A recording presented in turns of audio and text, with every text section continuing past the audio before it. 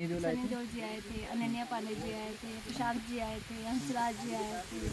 अभी पीछे hello everyone, कैसे हैं आप लोग? उम्मीद करती हूँ सब ठीक होंगे, सब खैरियत से होंगे और सब खुश होंगे। जी आज चलते हैं मेरे साथ मनाली। हस्बैंड को साल भर में एक बार पीएल मिलती है और हम लोग कहीं बाहर जाते हैं। इस बार हम गए थे मनाली।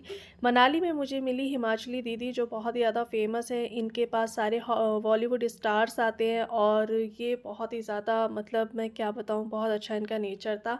मैं निकली थी अर्ली मॉर्निंग सुबह के 4 बजे दिल्ली से वैसे तो बस भी जाती है, लेकिन हमारे साथ बच्चे भी थे और लूसो भी था, यानी कि मेरी कैट भी थी, तो बस से जाना मुश्किल था। तो हमने अपनी कार उठाई और सुबह 4 बजे मैं, मम्मी पापा और मेरे 2 बच्चे, हस्बैंड, हम निकल गए थे। रास्तों का हमने बहुत ही ज़्यादा इंजॉय करा और रास्ते बहुत ही ज़्यादा खूबसूरत थे। काफ़ी लंबे टाइम के बाद हम लोग निकले थे, तो हमने बहुत ही ज़्यादा एंजॉय करा। साल भर में दिल्ली वालों को सिर्फ एक बार छुट्टी मिलती है कहीं जाने के लिए और कॉर्पोरेट वाले तो बहुत ही ज़्यादा परेशान हो जाते हैं। तो हमें हमारा बस यही प्लान होता है कि हम कहीं ऐसी जगह जाएं कि जहां बिल्कुल भी शोर शराबा ना हो, धूम धाम बिल्कुल भी ना हो, एकांत हो, सुकून हो, बस हम वहां जा कर के थोड़ा रेस्ट करें। तो हमने अपना जो होटल सेलेक्ट करा था वो भी बिल्कुल मतलब शहर से जाकर दूर जाकर के कहीं एकांत में था और इत्तेफाक से जो हमारे होटल का नाम था वो भी इत्तेफाकी था। बिल्कुल शोर शराबे से दूर था और इतना अच्छा व्यू था कि मैं क्या ही बताऊं। बहुत अच्छा, मतलब लोकेशन इतनी अच्छी थी कि दूर तक कोई घर नहीं, कोई आसपास शहर नहीं, किसी तरह का कोई शोर नहीं। बस हमें यही चाहिए होता और हमारी खिड़की से ना ये जो बर्फ़ों का पहाड़ था वो दिख रहा था और देखने में बहुत ही ज़्यादा खूबसूरत लग रहा था। और जो मॉर्निंग का व्यू था उससे ज़्यादा शाम का व्यू खूबसूरत था। जब गालों को हवा लग रही थी ना तो ऐसा लग रहा था ये हवा कुछ और ही है, इसमें एक अलग ही ठंडक है, एक अलग ही मिठास है। मुझे ऐसा लग रहा था कि एक बैग में भर के सारे मौसम को और हवा को दिल्ली साथ ले जाऊं। लूसो तो विंडो से हटा ही नहीं था, फर्स्ट डे क्या लास्ट डे क्या वो वहीं पर बैठा रहा था। अच्छा, नेक्स्ट मॉर्निंग हमने जाना था जाना वाटरफॉल और कैस्टर नगर, दोनों ही जगह बहुत ही ज़्यादा फेमस थी और हमारे होटल से काफ़ी दूर थी। मैं पीछे का व्यू आप लोगों को दिखाती हूँ, बहुत ही ज़्यादा खूबसूरत है और शक्ल उतरी हुई है। ये सिर्फ ट्रैवल की थकान है, लेकिन दिल, मतलब जो थकान थी ना देख करके और जो सारा व्यू था, थकान सारी उतर चुकी है। ये देखिए, ये होटल से हमारी विंडो का व्यू है जो बहुत ही ज़्यादा खूबसूरत नज़ारा है और मुझे नेचर बहुत ज़्यादा पसंद है।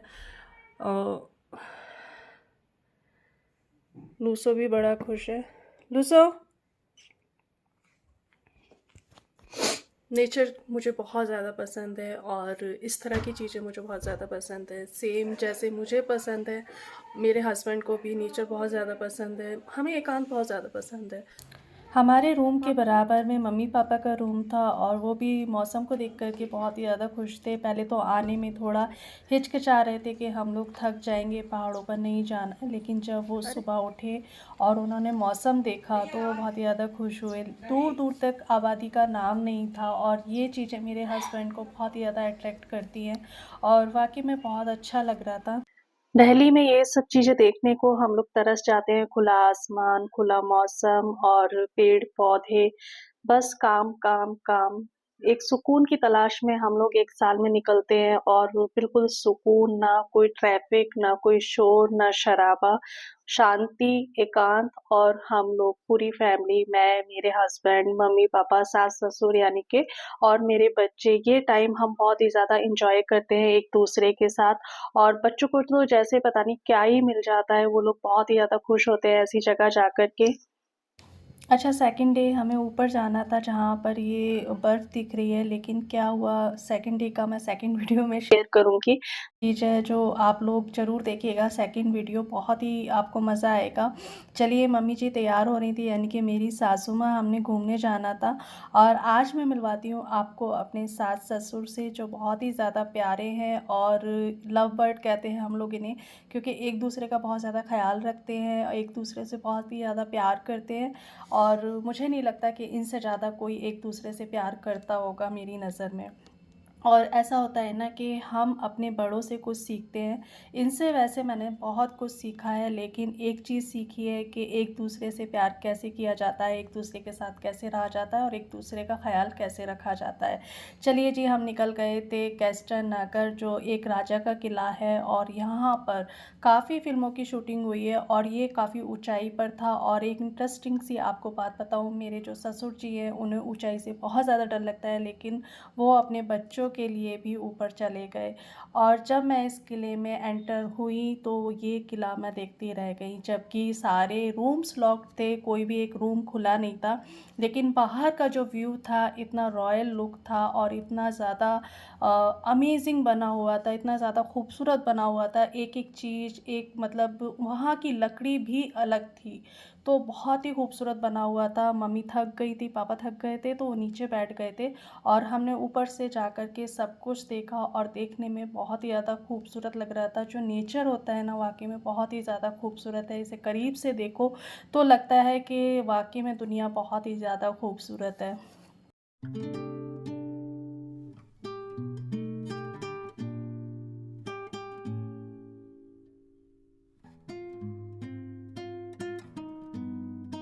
नगर में हम करीब आधा 1 घंटा रुके होंगे और उसके बाद हमने जाना था जाना वाटरफॉल, जो बताते हैं बहुत ही ज़्यादा ऊँचाई पर है और हमें काफ़ी ऊँचाई पर जाना था। और जो नज़ारा था वो हम लोग कैप्चर करते जा रहे थे अपनी आँखों में भी और कैमरे में भी। आज आपको एक ख़ास बात बताती हूँ कि अगर जब मैं कभी घूमने जाती हूँ ना, तो मेरे हस्बैंड मेरे को फ़ोन बिल्कुल भी टच नहीं करने देते हैं। कहते हैं कि बस तुम एन्जॉय करो, इस चीज़ को देखो, महसूस करो, क्योंकि ये चीज़ तुम्हें फिर नहीं मिलेगी। और सारा टाइम अगर तुम मोबाइल में निकाल दोगी तो इस चीज़ को तुम महसूस नहीं कर पाओगी, यहाँ की खूबसूरती को नहीं देख पाओगी।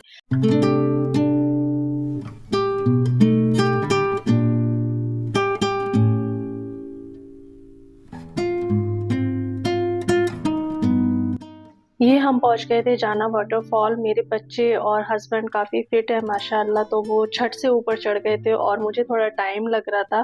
पहले हमें ऊपर जाना था, फिर ऊपर से फिर नीचे आना था वाटरफॉल के लिए, लेकिन मेरी हिम्मत नहीं हुई। हस्बैंड जा कर के वहाँ सारा फ़ोटोशूट वगैरह कर रहे थे, लेकिन मेरी हिम्मत बिल्कुल भी नहीं हुई। मैं ऊपर ही बैठ कर के अपना जो था एन्जॉय कर रही और मेरी हिम्मत नहीं है नीचे जाने की। हरियाली बहुत अच्छी है, लेकिन ऊपर चढ़ना बहुत था। और ये बेटा भी गया मेरा हस्बैंड के साथ, मैं यहीं पर बैठे हुए हैं क्योंकि मेरे को सांस लेने में दिक्कत हो रही है और मैं ऊपर नहीं जा पा रही हूँ बिल्कुल भी। ये लोग नीचे जा कर के फोटो ले रहे हैं। ये अभी और ऊपर जाना था, उतरना उससे भी ज़्यादा मुश्किल है। ठीक है, लोग आ रहे हैं कुछ ऊपर से।